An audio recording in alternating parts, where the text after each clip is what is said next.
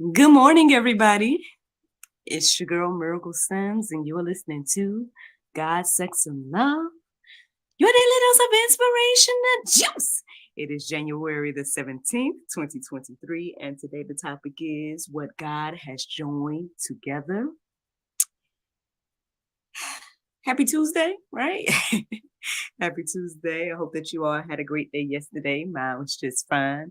Nothing too much to report other than your girl was out there hustling in the streets, trying to get these dollars up and everything like that. My little guy went with me yesterday as well, so that was always good. Chit-chatted with my mom as well, so she might as well been in the car with us because she was there pretty much majority of the time. But yeah, everything went well. I hit my goal around early pretty much, and so yeah, I came on back home. I wasn't out that long, but yeah, that was what yesterday looked like. And I guess there's a lot of things that was swirling around my mind this morning. Yes, in regards to the topic, but then just in general as well. Long story short,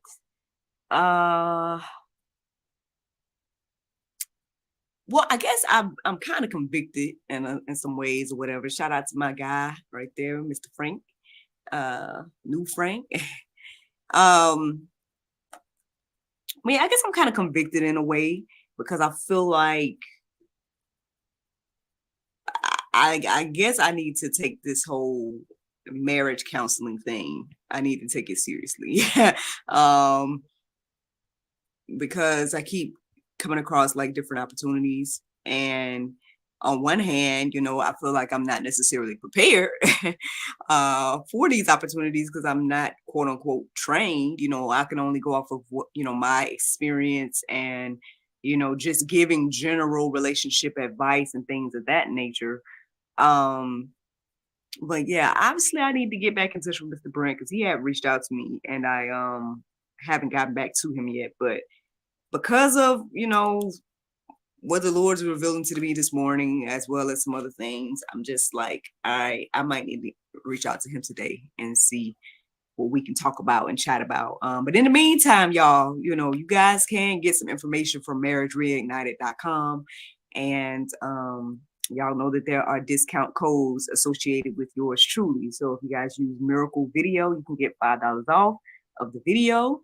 And if you use Miracle Combo, you can get $10 off of the video and the book. There are some resources for couples that are engaged, couples that are married, and couples that are separated.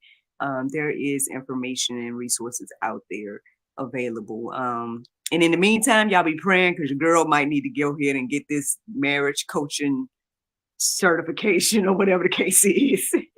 So y'all be praying for your girl about that. But anyway, what God has joined together. I guess there's a few things that kind of led me to this morning again. But the main thing was that I woke up, it had to have been before this time, but I didn't look at the clock until it was 2:18. And I didn't go back to sleep, or maybe I did. You know what? I think I probably did. I went back to sleep briefly, but yeah, when I woke back up, I did my prayer meditation, which was good. The main thing I remember from it was talking about like basically how we can't do anything apart from God, and because He is divine and we're the branches and things like that, right? So that's pretty much what the prayer meditation was about this morning that I listened to. But when I started to look up verses centered around 2:18, the main one that I saw was Genesis 2:18. And when I read it, again, I felt that conviction in regards to this conversation about marriage and all this different type of stuff. So that's where the inspiration came from today. So if you were to look into Genesis 2:18, this is what it would say. It says, "And the Lord God said, it is not good that the man should be alone. I will make him an help meet for him." So, now obviously, this automatically made me think about marriage. It automatically made me think about husbands and wives and things like that. Um, However, I felt like the Lord led me down a different path and gave me a different focus today in regards to this conversation. Yes, there is plenty that the word has to say to husbands and wives and all of that. But I think what the Lord, well, pretty much what the Lord had me working on or studying this morning was this concept of help me, this concept, like the basics of that verse. And the basics of it is that he created a help meet for him.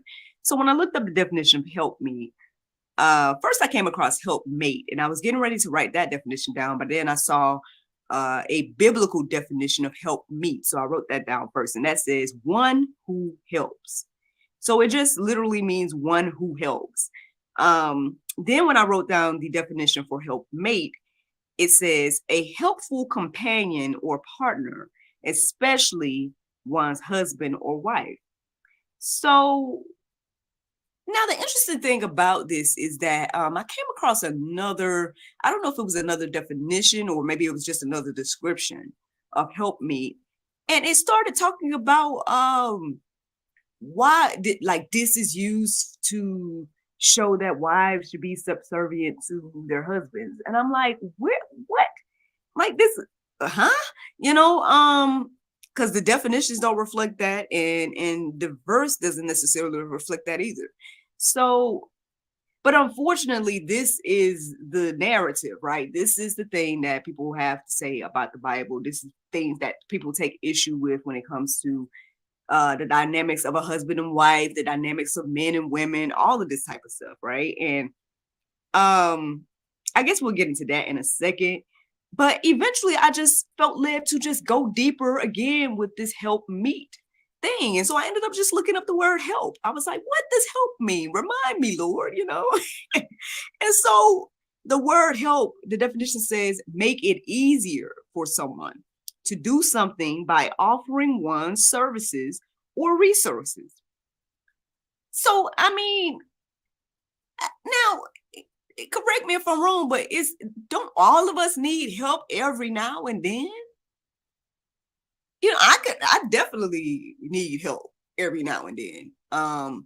Now, why is that so much of an issue in a marriage? Why is that so much an issue when it comes to husbands and wives? This concept of being there or helping or anything like that. Even this concept of service, like, you know, I was going deeper and even looking into that this morning because I'm just like, you know, people really make light of quote unquote servitude, right? People look at it in a certain way. And according to the Bible, now I've come across these verses, y'all got to read it for yourself, but I've come across the verses that say the greatest in the kingdom are the ones that serve. Like, has anybody else come across them verses? So, I mean, why do we think of service as less than for some reason?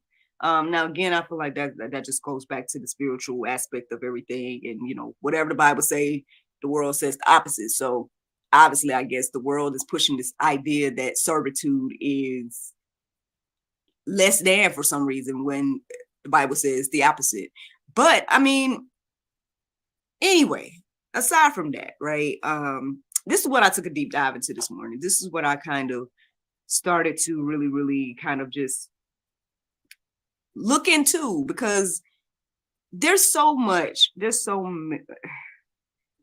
issues and so many things when it comes to marriage and then men and women, the dynamics between men and women and just all of these different things. And so let's see what the Bible has to say.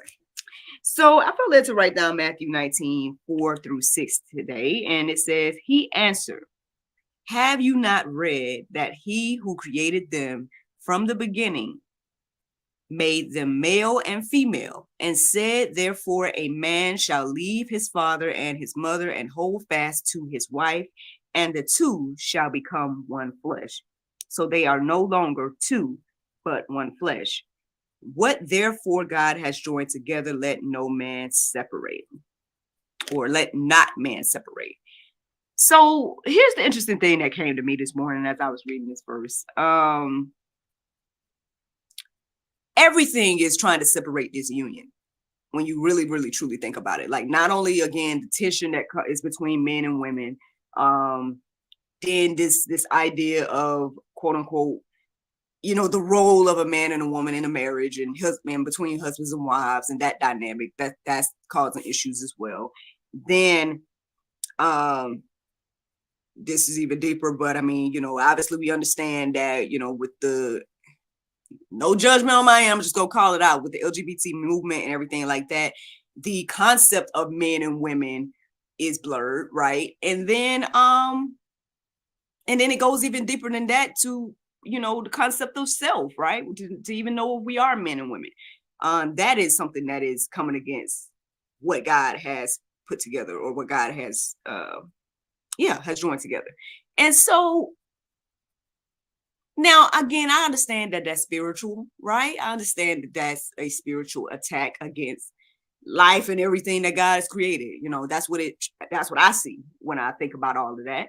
But if I just focus, right, on this conversation of what God has joined together in regards to men and women, husbands and wives,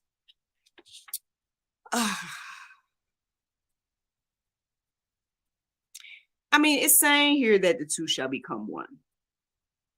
And when I went deeper, there's only one thing that I wrote in the Go Deeper section today, and that's an article that I came across, and I felt like it explained it in a beautiful way. The real reason why God said it is not good for a man to be alone, because that was something else I was asking as well. I was like, well, Lord, why did you say that it wasn't good for a man to be alone?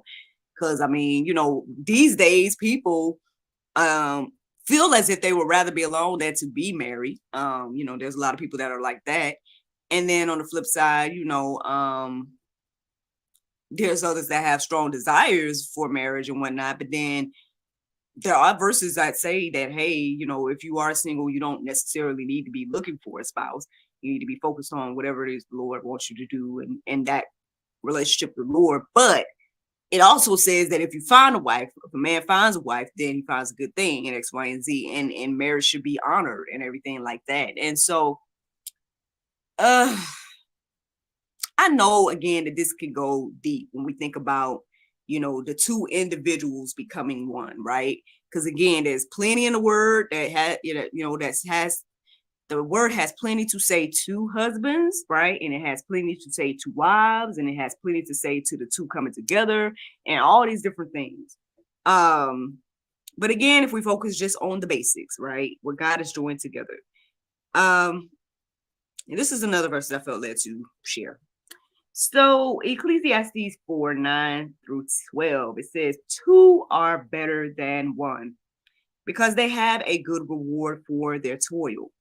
For if they fall, one will lift up all fellow. But woe to him who is alone when he falls and has not another to lift him up. Again, if two lie together, they keep warm. But how can one keep warm alone?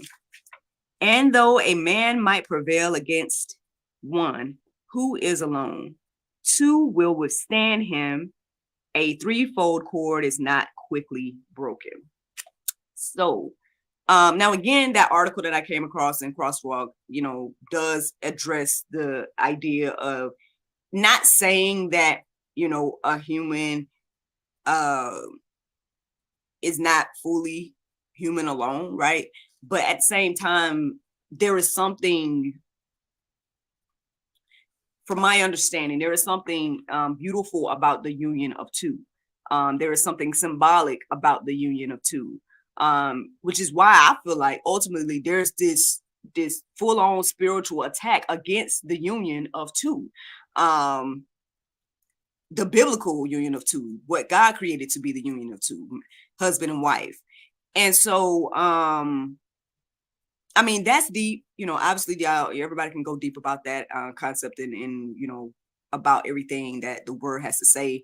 again, to the two individuals and everything like that. But I just really feel like, I guess at this point, we really need to pay attention to this. And those of us that are married and things like that, I just say fight for your marriages. But yeah, I like when I look at I guess different things that I've observed, and when it comes to different relationships, marriages, engagements, any of that, or just, I'll just say this, just the dynamics between men and women, right? The ongoing tension that seems to be there between men and women. I mean, yeah, it's saddening in some ways. It's something that is like, wow, Lord, you created this thing to be a beautiful union, but it's become this thing where people don't even value it. It's become this thing where people,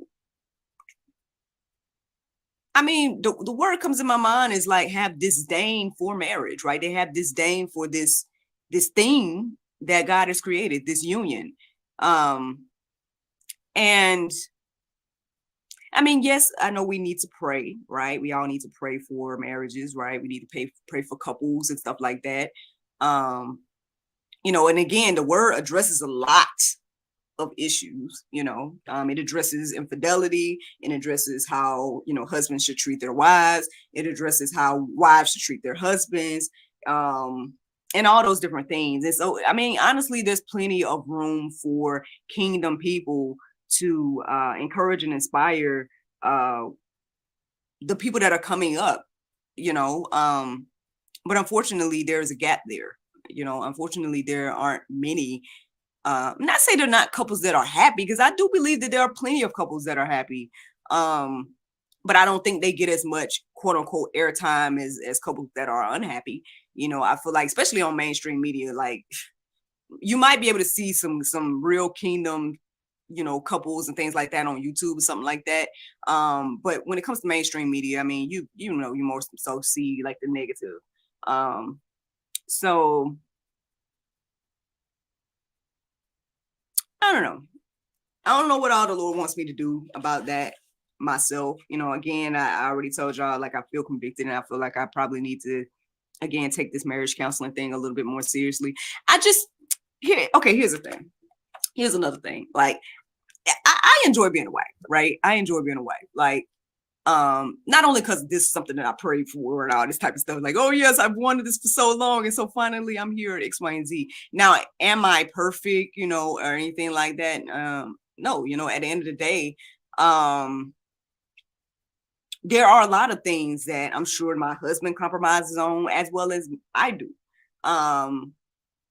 But I feel like what the Bible describes is in action in our relationship. There are times when I've been down, right, and he's been there to lift me up, right, and vice versa. There are times,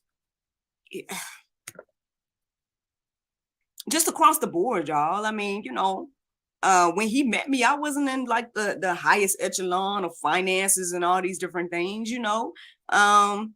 and then now that he's in a transition between, careers, and he's embarking on what he really, really wants to do and stuff like that, it looks a little different. And the Lord is providing, and, and so I guess the thing is, it's just very interesting. Like, again, observing the dynamics between men and women, observing those that are in marriage or want to be, but then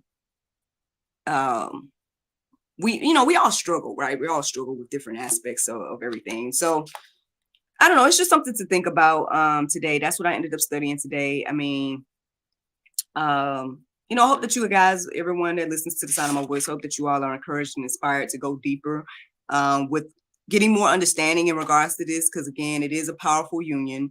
It is something that is supposed to be honored, and it is something that the Lord created. And I mean, hey, y'all, that's the juice. That's the juice this morning.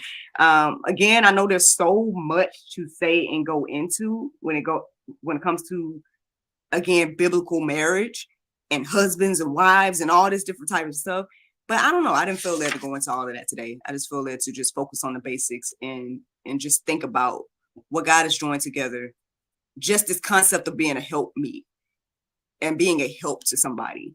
Like, and here's the thing, and I guess I'll say this, and I guess I'll be done unless the Lord want me to continue out talking.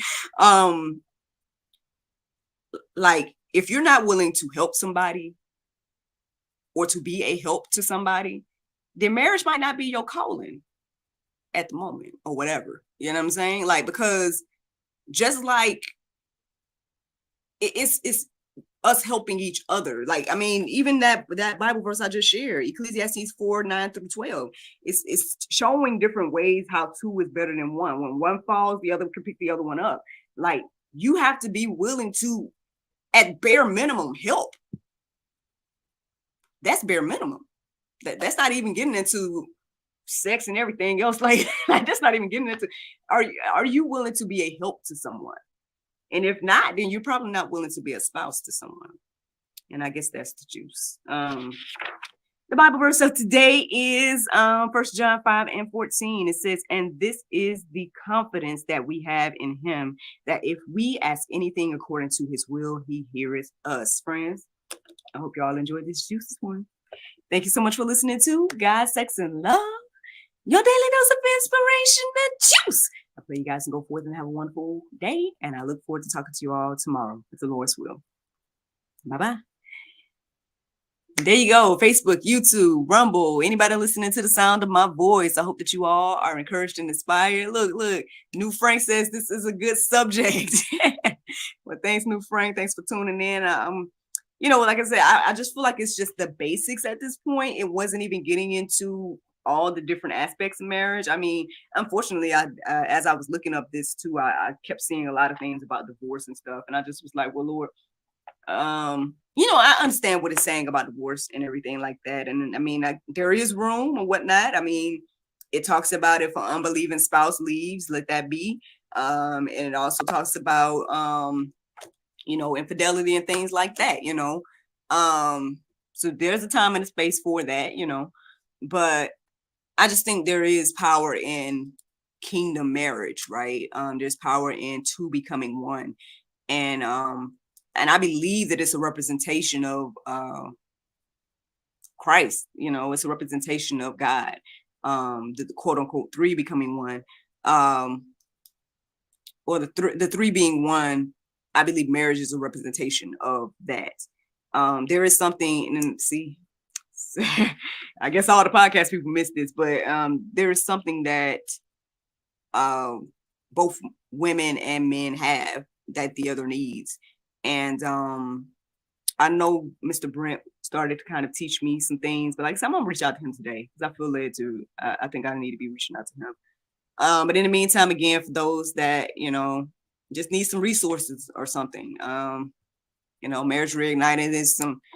I guess you would consider like an organization I'm partnering with, and there are some discount codes and things like that. For you all to take advantage of. But yeah, y'all be praying for me because I feel like those are pray to those, Jesus Christ, y'all.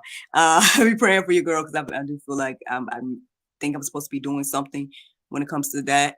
But yeah. Let's see. Mr. Frank says most young couples get married thinking about great sex all the time. What is your experience that you could tell a couple thinking about getting married and being married throughout the years?